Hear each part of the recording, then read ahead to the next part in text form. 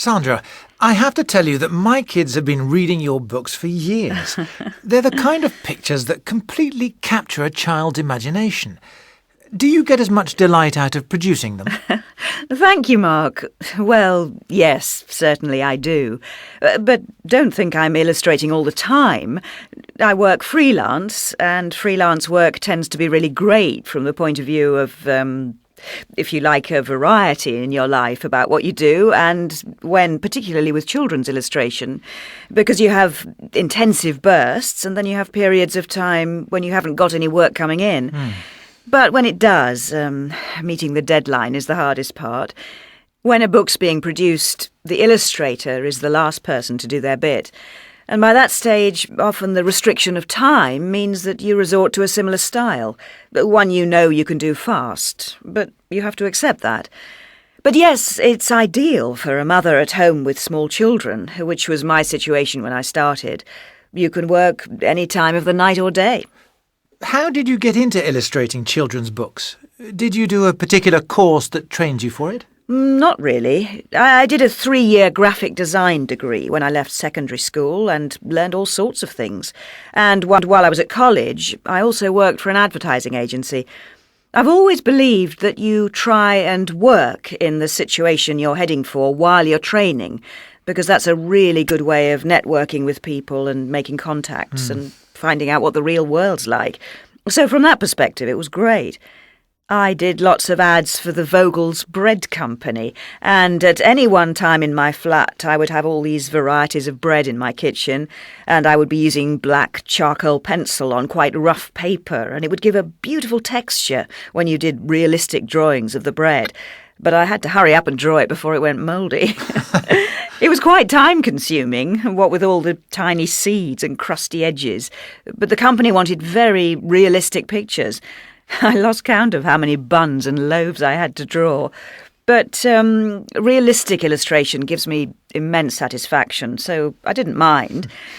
And then I didn't start doing children's books until I had children and needed to work from home. How does the actual process work? Do you and the writer ever meet up? No. The editor and the writer have worked on the script of the story together. Then I get a phone call and the editor says, "It's due in this amount of time. Are you interested?"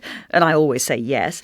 And then you receive what we call the layout in the post. That's basically big sheets of white paper with an outline of the book on it and the actual story positioned on the page where the editor wants to see it. And then they will give you a brief, which is a page-by-page idea of what they want to see from the artist. And I'm lucky in that I've developed a relationship with a few editors in different companies now, so that brief can be quite flexible when I receive it, because they understand that I've been doing this long enough to know the relationship that's got to happen between the picture and the word, particularly in emergent readers.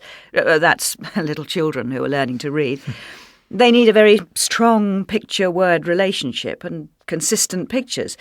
You can't have a drawing of someone on one page wearing a certain sort of clothing and then change it on the next. That just wouldn't work. Yes, I know from my own children that repetition and familiarity are important in books. But when you know you've got work, what's the next step? Well, it usually starts with me reading through the story, and I immediately see it in my mind. I have an immediate idea about the central character, and often, if it's not an animal or cartoon idea, if it's actually a child or an adult, I try to think of someone I know, and I base the character on that person. Especially if it needs to be realistic, I might then go out and take a lot of photos of that person, if they agree, to sort of help me get some idea about facial expression and that sort of thing. I used my neighbour in my last book, and she thought it was hilarious. And my eldest son, James, has appeared through his life in many of my books. The poor child has had to pose doing all sorts of things, because children are quite tricky to draw, and it's really helpful if you actually have their little bodies and hands to see how they work. They tend to hold themselves and stand differently to adults. Have you ever used your own children to get some feedback on your work? No, not like that. When they were younger, they used to look at the pictures a lot. They've always been part of their lives. Me illustrating at home has always been part of what they know. I think the best spin-off has been that they've both been exposed to books constantly, and I have a deep belief in reading to children right from the word go. And James and Andrew were barely 6, and they were thoroughly enjoying all sorts of books by that stage. I mean, they had a reading ability way beyond some of their friends at the same age. It's all about the contact you have with your child, and I think that children are missing out on that more and more, perhaps with everybody being busy, but books are a wonderful way to curl up and get together. And for any young person who would like a career in illustration, how should they go about it? Well, you need to build up a portfolio, lots of examples of your work, to show to publishers. It's really good to show a range of ethnic backgrounds. The fact that you can draw people and animals, perhaps that you can cartoon. Versatility is the key to getting work.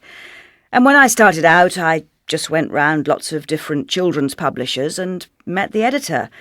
I suppose you could send in your CV first, but I tended to ring and make an appointment and go and see them, because I believe that it's always best to go and speak to somebody. They get a better idea about the person they're dealing with. And if you really want to get on, you have to market yourself really well. You need to generate your own work and put your face in front of people at overseas conferences, that sort of thing. The great majority of our most successful contemporary artists are trained teachers, and they've worked in that profession while they've consolidated their art career. So it's always handy to have something else up your sleeve.